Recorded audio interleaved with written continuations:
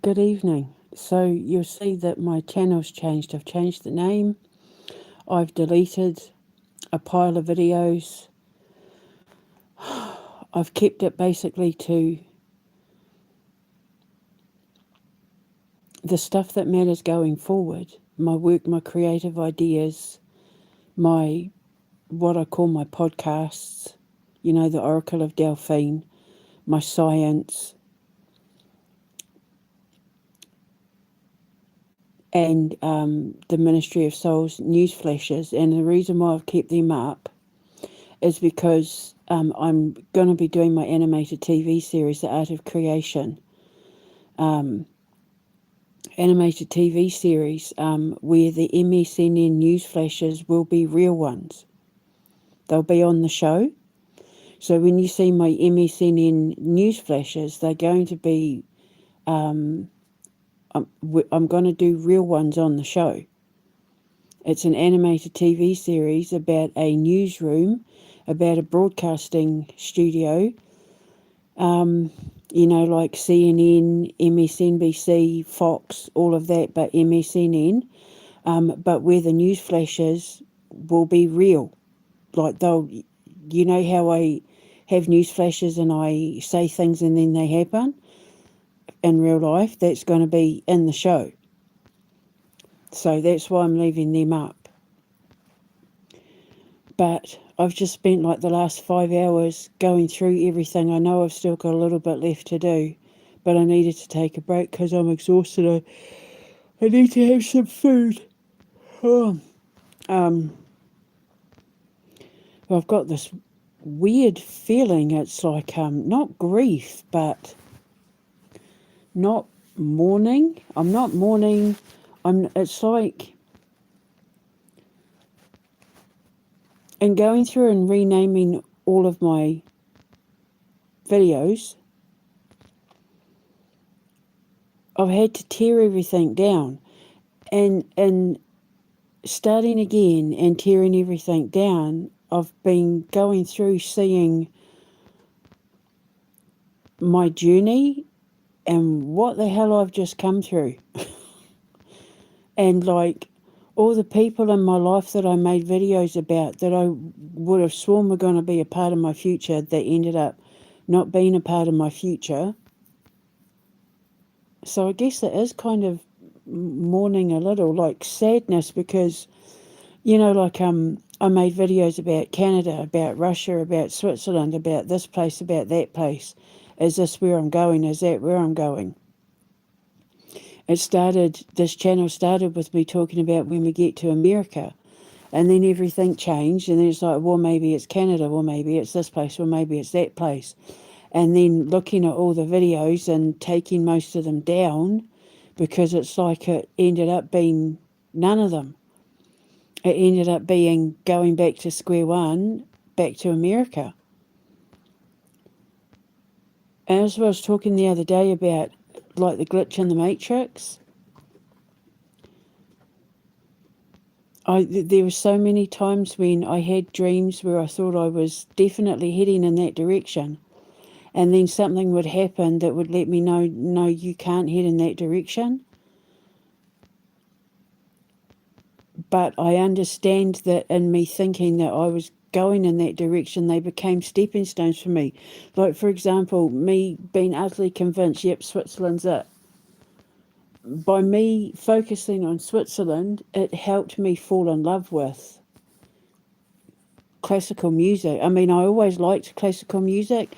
I developed a love for classical music a few years ago, but I didn't sink my teeth into it to the point where I was seeking out other composers and stuff. I just listened to the ones that I liked. But then I discovered other composers in that I ended up really liking, that inspired me to write my opera, The Girl Who Saved Two Kings. And now I want to write operas and musicals and cabarets and that all over the place, because Switzerland, my dreams follow the cello brick road. When I followed the music to Switzerland, it opened a door for me that made me fall in love with composing. And now can't wait to find my writing partner, my music partner, and be able to compose my jingles and, like the soundtracks to all my TV shows and my cabaret or cabarets, plural, and, my musicals. And I haven't even begun to start writing stuff for Dork the Musical. I saw all the little seeds I planted. Like as I was going down the list, I was going backwards from the seeds I'd planted to what they sprouted to going back down to when I planted seeds, like all the little seeds that I planted for the time jumping detective.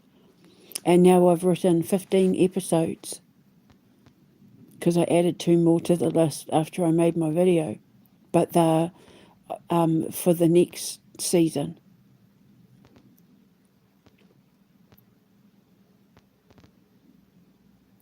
And it's like and going down the list to change the names and delete some things and all of that, it's like all the people I've had to say goodbye to. All the people where I thought they were my future, that they were a part of the plan, and they weren't.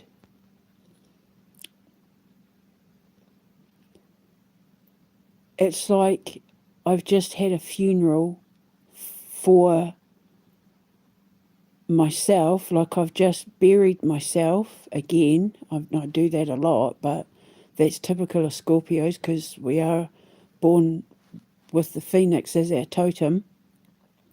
So we, tower moments are just our thing. But I died today and I buried myself, and in burying myself, I buried other people. So it's been like a mass funeral today. Looking at the time that I had to go it alone without my boys. And now, they're back, we're talking again and we're rebuilding everything slowly, and it's calm now. It's calm there. Everything's calmed down there. Obviously, they needed to get stuff out of their system, and now it's brought calm. And, we'll see. The rest is still unwritten. I was just listening to that Natasha Bedingfield song, Unwritten. So I've had to bury a lot of people today. And even though I've literally had to bury my Amber, she's so much a part of what I am going forward. She helped me design my Halloween festivals. She's in a lot of things that I've written, like the Amber Diamond, the Cosmic Weather Girl, and Meteorologist in the Art of Creation animated TV series, as well as Princess Amber Rose, my version of a Disney princess, as well as the first sign. She's going to be the face, the brand of the alchemist Kevin.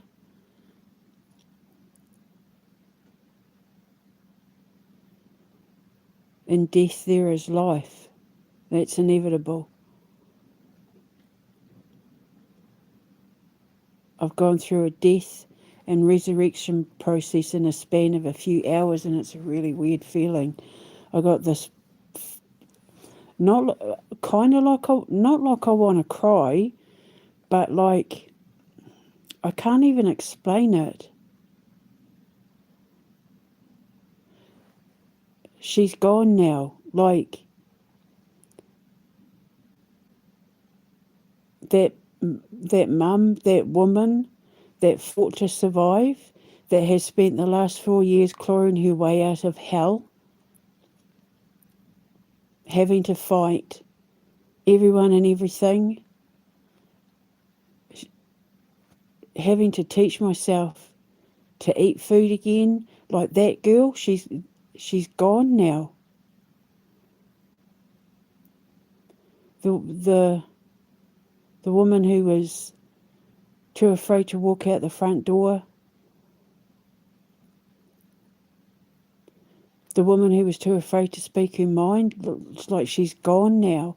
I had to go through the death process in June 2022 so that I could go through the rebirth process, and I've gone through a rebirth a few times since 2022. But this time feels different, because this time I feel larger than life.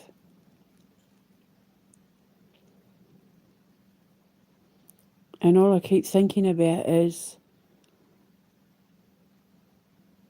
going and finding a place for my family and I to call home so that I can sit down and get everything down on paper.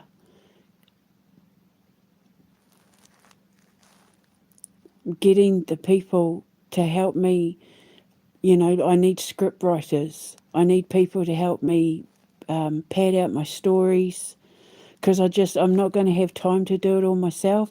Plus, the whole point of employing people is to give them jobs to help me do what I'm doing so that I'm not having to do it myself, because otherwise I'd be at it for years. It's taken me how many years?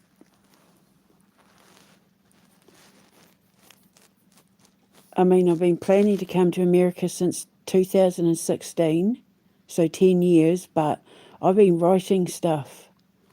Like the Quantum Menace I started writing in 2015, but that was an idea that I had planted in my head before I even had Thomas in 2009.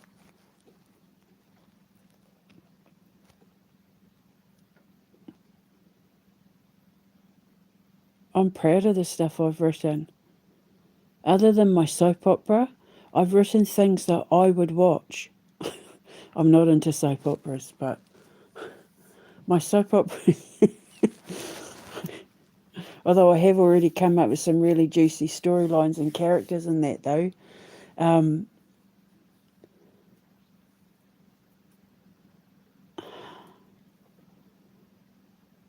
Yeah, and just going down the list, going down the line, it's like, bloody hell.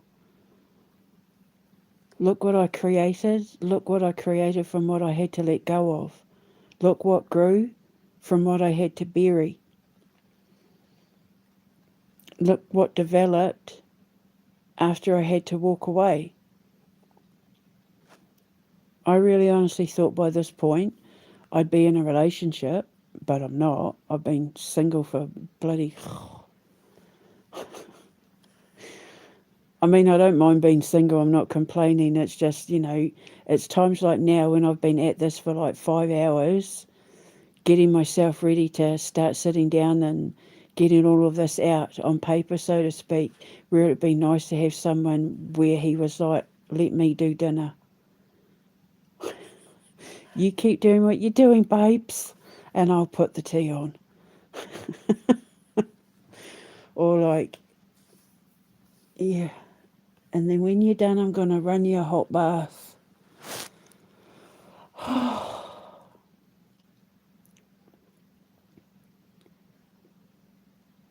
It's such a weird feeling.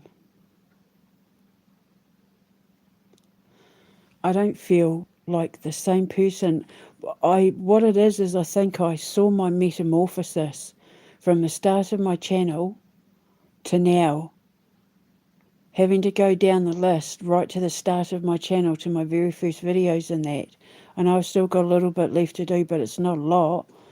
But seeing my metamorphosis, my transformation, especially from the videos that I put up that I had on my phone from like 2018 and 19, from when I was still a bit chonky and hadn't taken my etiquette classes and was still a bit uncouth and boobs everywhere, from videos from my old channel.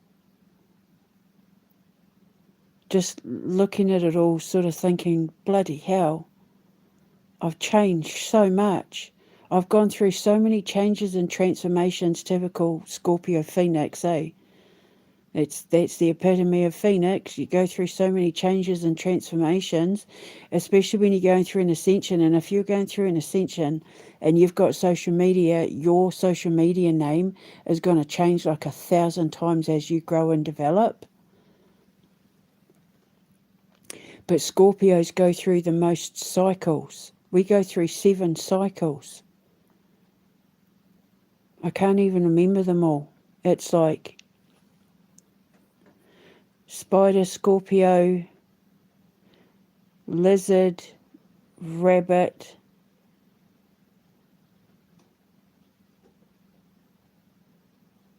spider, Scorpio, lizard, rabbit, something wolf and eagle. I can't remember what the other one is. So, yeah. It's a weird feeling. Like, I don't recognise who she is anymore. Who is that girl in those videos? Who is that girl in all those videos? I don't know who she is anymore. You know, like, my sister's been gone 30 years. And I barely remember her. Hang on, is it 30 years?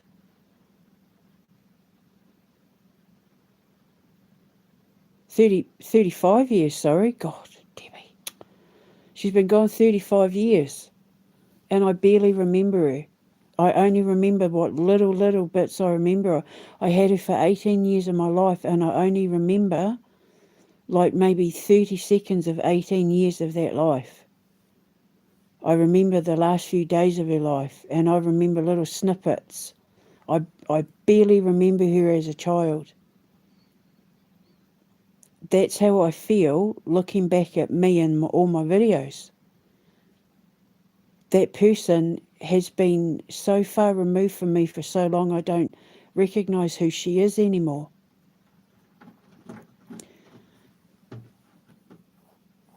But that's the power of an ascension. Everything about you changes. It's just, it's weird because I know looking at her, she's me. I don't even remember a lot of the videos that I put up. Because I've gone through so much and I've been so focused on, you know, I always say I record intuitively. When I put stuff up, it's not planned, it's intuitive. So, you know, but I'm looking back thinking, when did I put that one up? Well, I wonder what that one's about. What am I talking about in this one? Because they were done at a time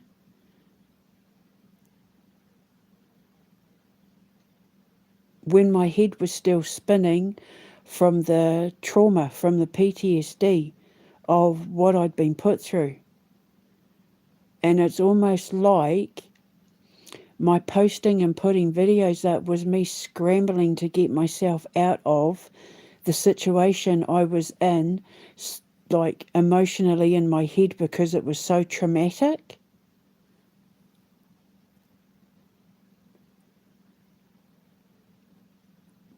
But it helped me climb out of the bottle. It helped me get out of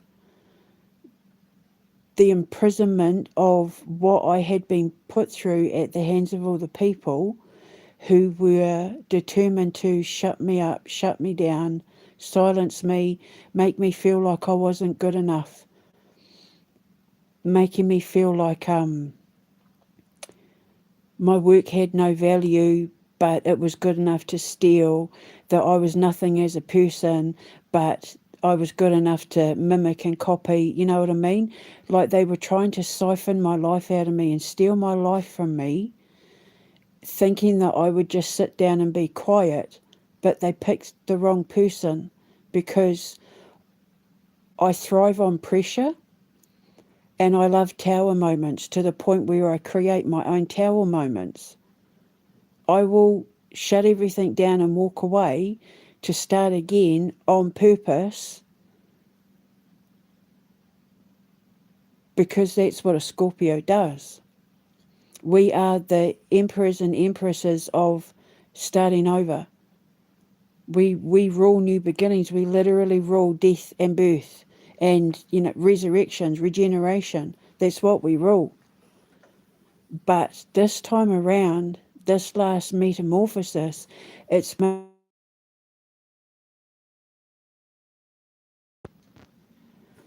it's made me sit back and realize since the start of this channel just how far I've come. And this start of the channel was done like at COVID, you know, the first COVID, the first lockdown.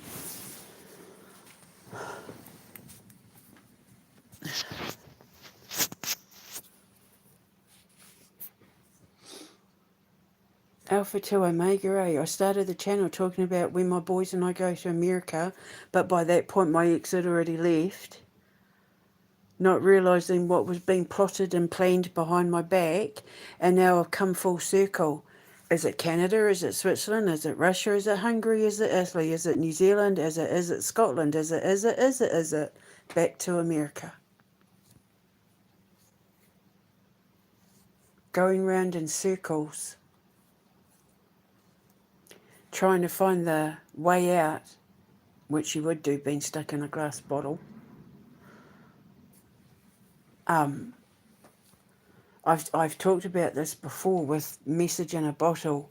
I want to enter it into the short film festivals. I want to enter it in like movie festivals and stuff. And if nobody will let me apply and put it in, I'll have my own festival. And then I'll invite people who have made short films to come and we'll put on our own bloody festival. But Message in a Bottle is really important to me, not only because of when I wrote it and because I originally thought I was writing it about me protecting my boys against because I used to call him Tardo. My ex, used to call him Tardo. So I named the bad guy Tardovsky, not realising that what I was actually writing about was, the stranglehold of my social media from the one who makes the most out of stealing from me. He who shall remain nameless. And, I was talking about it the other day about how when she stands up and after the bottle breaks and that and they realise she was protecting the children, the hordes come and drag him off to prison and blah, blah, blah. But there's a lot of kids in that are going to watch that movie and not realise until later on in life. It's because what happened was I was watching a thing on YouTube a few months ago, about people who didn't realise the true meaning of movies they watched as kids. Like, oh my God, I didn't know when I watched it as a kid it was about that sort of thing. And I was thinking that's what Message in a Bottle is. People are going to watch it and then, as kids, and then realise later on, oh my God, that was about that. Because what it's talking about domestic violence. It's talking about, it's a, you wouldn't know it's about domestic violence. You wouldn't know it's about a woman trying to protect her children from, the angry man and all of that sort of thing. But that's what I had originally written it about, and how she stands up for herself and uses her voice to get justice and freedom, and then she rescues her children and they get to go away. And then, of course, when I realised that maybe that wasn't about my ex, that it was about, there was a larger story at play. But it still tells the story of a woman being abused by a man who is so jealous and so envious and so angry and so mean that he becomes obsessed with siphoning everything from her because of how much money he makes from her magic. But he's jealous because he's an illusionist. He pulls rabbits out of hats, whereas she manifests them into real life. She just waves her hands and sprinkles her gold dust, and the rabbit appears and it jumps around the bottle and, does rabbit things and its nose twitches and that, and he can't figure out how she does it. But he can't do it himself. and he hates that he can't do it himself. So he kidnaps her, he steals her, puts her in the bottle, in the, in the glass bottle, and then basically she's a prisoner who is a slave to him. But she does it because while he's focusing on her, he's leaving the children alone. Which is what I thought I was doing with my ex. While he was taking all his rage and anger out on me, he was leaving my kids alone. Because the one time he did take it out on my kids, I nearly pushed him down the stairs. And then I was getting like yelling at my kids and seeing how unhealthy that was. And when my son came to talk to me with that little love in his heart, when he saved my life that day, when he said, I know what I want to be when I grow up. I want to be a surgeon so I can fix your tummy so you can come to the park with me and my brother. That's when I knew if I didn't do something, I was going to go down a path I wasn't going to be able to get out of, and I didn't want to leave my boys with that man. It was a wake-up call for me. And so I changed. And ever since I started losing weight and taking my etiquette classes and working on myself, I haven't lost my temper. I don't yell. I don't raise my voice. I don't scream and shout. Even with everything that I was put through, I never lost my temper. Because I was away from him, so I wasn't soaking up his rage anymore. I was just in survival mode, trying to dig myself out of the grave that he threw me into. And I think I did a pretty damn good job. Because I came out of the underworld out the other side to, my dream the other day, the Sermon on the Mountain.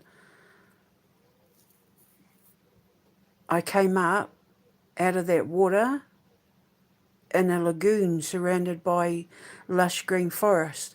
The dream I had the other day with the towers coming down, with the soft watch. I turned my back on the towers and just started picking all that fruit. So by focusing on my survival and not the situation I was in, it kept me focused and it kept me strong, because I was determined to prove every single one of those bastards wrong who unfairly judged me, who, the whole racial abuse and the defamation of my name and slander and all that sort of thing, the intense, sinful,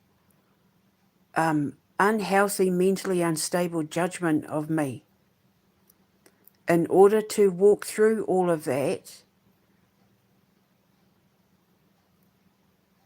I couldn't pay attention to it. I had to brush it off, because if I let it consume me, I wouldn't be able to get my boys and get out of here and get into my boys and save my boys, to give my boys the best life they could ever possibly have, is all I care about. I said to them when I was locked up, I said to them before I was locked up, I said to them the other day, and I'll say it again. For the short few years that they had the worst in me as a mum, fat,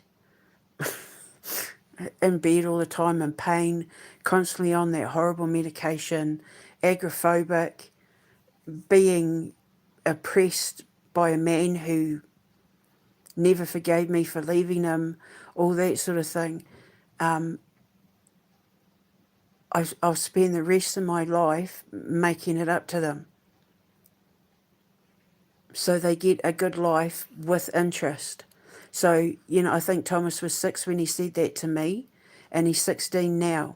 So he's had 10 years of me being a better woman than he had 6 years of me being a yucky woman.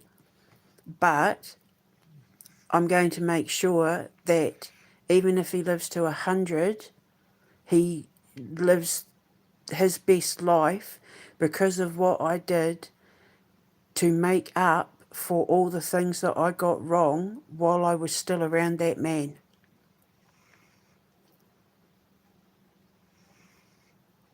And, you know, the way I was raised, and I'll spend the rest of my life making it up to them because they're all that matters to me. They're the only things that matter to me. If God said to me today, you've got to walk away from everything you've created to make your boys happy so that your boys can have the life they want, I'd do it in a heartbeat. Because then I'd know that God had a different plan for me saving the kids. But the thing is that I'm creating a lot of things that one day I just feel like my boys are going to want to be a part of it, whether it's in 30 years or in 3 days. Even if they didn't want to join me in America and they came to visit and wanted to be a part of something that we were doing at the school on a visit. I'm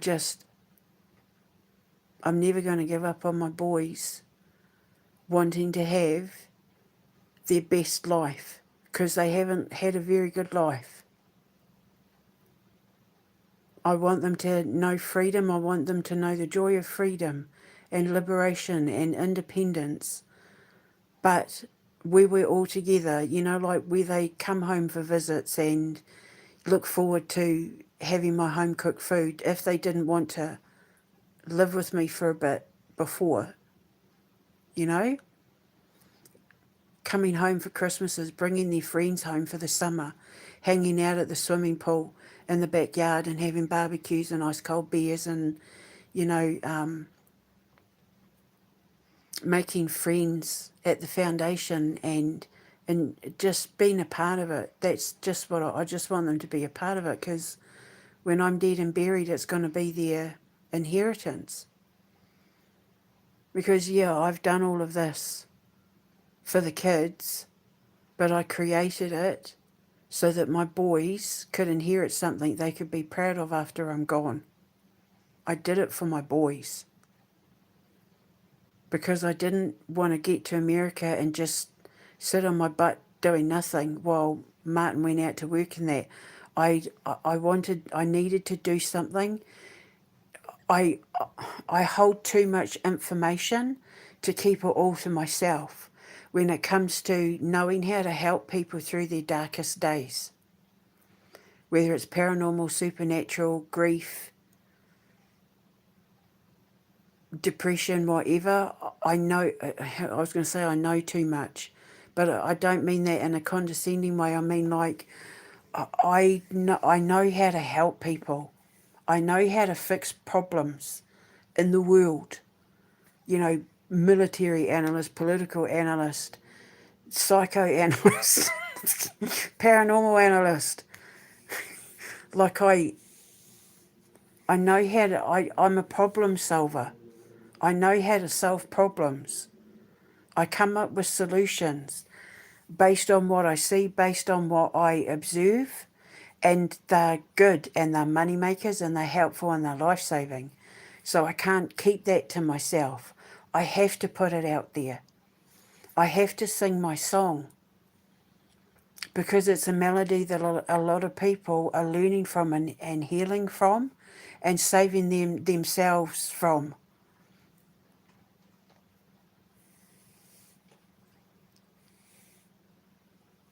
And so I put two and two together. I want to rescue children. I want to save the children.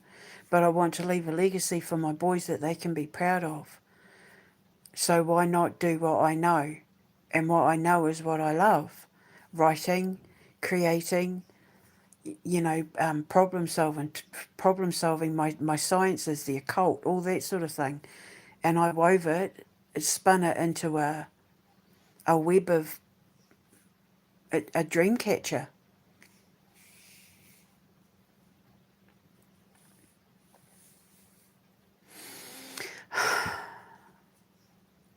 I just can't get over how much I've changed. When I looked at the videos of talking about ascension psychosis, you know, when I came out of my dark night of the soul, I looked like a friggin' mess. I looked like I'd been on like a 4 week long bloody drug and alcohol bender, but I hadn't. I'd gone through a demagnetization process of releasing myself from my ex-husband and my students. Remember I was talking about the Velcro, how painful it is? It's like Velcro to the soul. When you rip yourself away from people that are hurting you, it's a painful release. You go through a dark night of the soul. And boy, do I look like I went through a dark night of the soul. But I was trying to make sense of it all. So I was documenting all the symptoms that I'd been researching online. Remember, I found the video of Dr. Jordan Peterson talking about the split of two psyches. And it was that video when I was ready to come back online, dropped in my lap out of nowhere, and I watched it, and he was talking about the split of two psyches and how there's two versions of you and how to exist within those two versions of you, you know, like Nietzsche's demons and genies, daemons and genies. And then after I watched that video, I discovered Carl Jung, and he was talking about the same thing. And I thought, so what I'm going through can't be like it's not me, like it's not that I've had a mental breakdown, or like it's an actual process. There's an actual spiritual process that these psychoanalysts and psychiatrists and that were putting names to long before I even knew it existed. And then the second I knew, you're not crazy, there's an actual word for it. And Carl Jung being the father of occult psychology or occult psychiatry, basically, I thought, oh, so it's not me. There's actually a process, and because then I needed to understand that process and develop the ascension sciences out of it, because I studied it within an inch of its life and studied what I was going through within literally within an inch of my life. And, you know, Chris with his with the therapy that I was putting him on, with his leather crafting and all that, and I paid attention. And I developed the ascension sciences because then I realised that there was a pattern to it, and I was holding information in my hand that was going to help the creative minds who were diagnosed with unfairly diagnosed with mental illnesses and things like autism and all that they didn't deserve, because they were residing on a frequency that the average mind couldn't understand. But the fact that people like Dr. Jordan Peterson and Carl Jung and they understood it, it means that it's not them. It's the people diagnosing them and judging them that are getting it wrong. And so that's when I started developing my ascension sciences and that. And so that's what I'm saying. I hold the key to people's minds. I can unlock part of their minds that open up their souls, that allows them to heal in a way that by the time they finish the healing process, they're not going to recognize who they are, because as a scientist, I studied on myself. I was my own test subject. And it means having to stand up and be brave and sing your song, even though you're around people who want to put you on mute. Just sing louder. Cup your hands if you have to and sing louder. Singing your song will save your life. And that's what she does in Message in a Bottle. She sings this song and it smashes the bottle. People see she was protecting children this whole time, so that, you know, she was taking the abuse so that the kids wouldn't be the focus of the abuse, but she was keeping the kids occupied by doing magic tricks in front of them so they wouldn't notice that he was abusing her. She hid them. Out of sight, out of mind.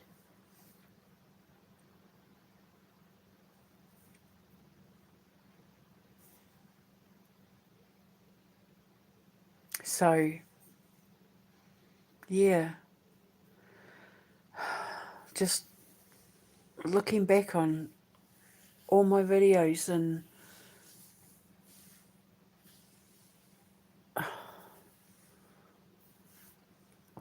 a funeral for the self. Today has been a funeral of the self.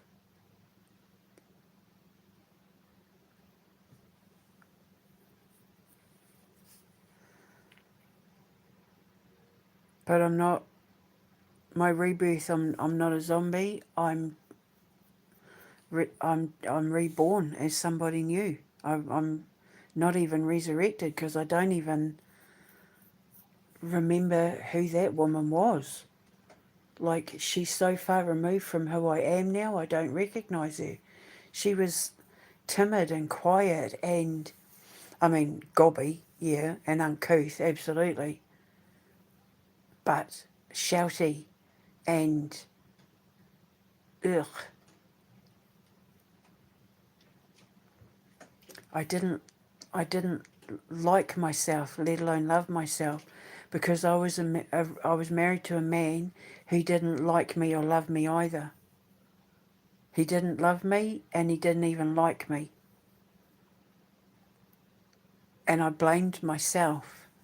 It must be me. And then instead of him saying, well, no, it's because, I suffer from depression and I'm in a ton of debt and I don't like my life and I wish I wasn't married to you, blah, blah, blah. He was going, yeah, it is. Yeah, it is your fault.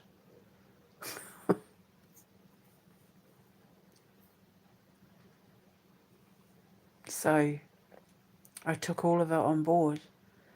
And then when I got locked up, I was able to just slowly start releasing it. I didn't realise how much damage he had done until I found out the other day that the reason why I had agoraphobia and couldn't get out of bed was because of a side effect of narcissistic abuse. I blamed myself for everything, and it turns out it was because of being a victim of severe narcissistic abuse. But now I understand it, I'm able to let it all go. I've buried it all. It's, and all the men that have come and gone that I've had to bury that had the potential for me to be building a future with, or even just to work with, they're all buried.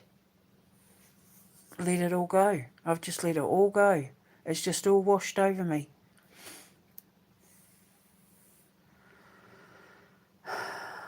And now it's like I've shed so many layers. I was talking to my son about this yesterday.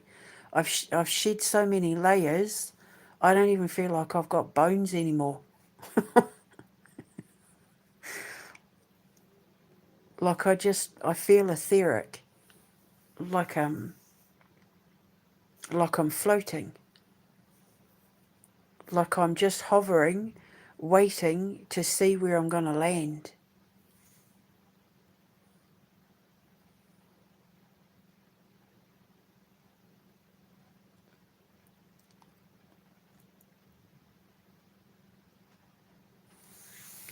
I can't wait to see where I land. I mean, I know it's going to be New York, but where?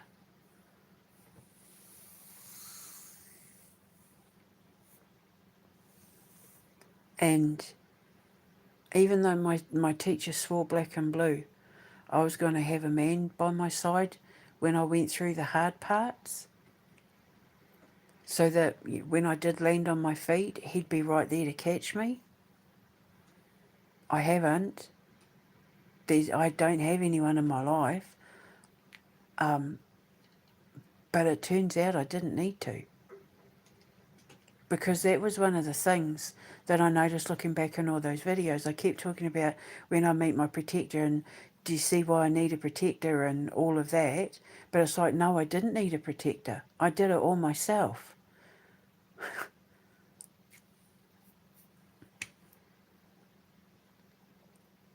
I know there's someone out there in the wings waiting for me, but I haven't met him yet. I don't know what he looks like. I don't know the sound of his voice. I don't know anything like that, but I know he's out there.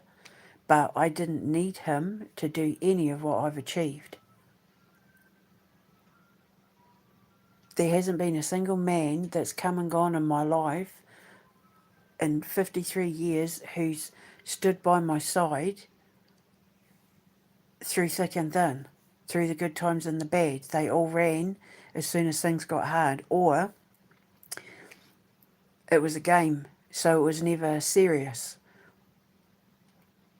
or they chose the wrong side. So it forced me to rely on myself, and in doing that, it made me realise I didn't need a man after all. I got my sons. That's all I need.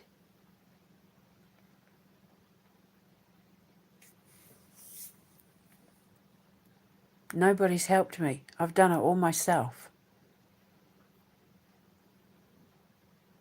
So nobody other than me and my family are going to get the rewards of what it is I've created. I don't need my man to be my business partner. I don't need him to have any kind of involvement other than, can you please dress up as the headless horseman so I can be the corpse bride for Halloween, please? That's it. Can you get a tuxedo so you can be my date from my red carpet event when I release my movie at the theatre? That's it.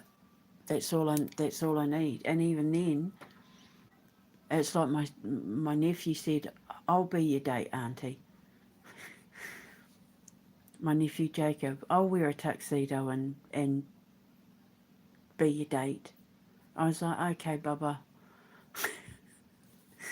So my sister said he'd love to be, be my plus one for all my events that I have to do.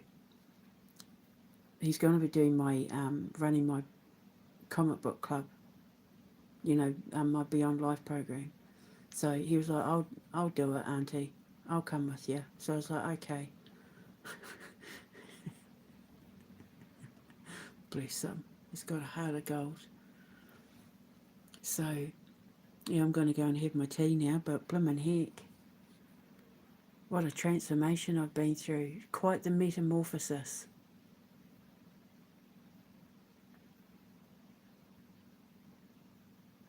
I'm going to go and stuff my face because I'm starving to pieces.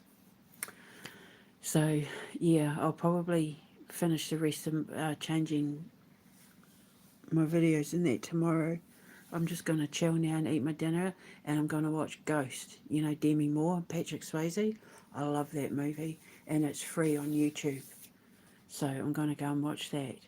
So thank you for listening, and welcome to the new me. And yeah, let's see where it goes from here, eh? Hopefully, justice is next, and I can hold my babies in my arms, take them somewhere we can just chill by the pool, swim, eat good food, have a good adventure. They can get to know their Auntie Erin and their cousins Jacob and Zion and River, and we'll take it from there. And I can go around making my mystery inside history shows for fun. I'll be interested to see if my sister joins in, because we're all spooky bitches in my family. I'm going to go. I'll speak to you later. Mwah.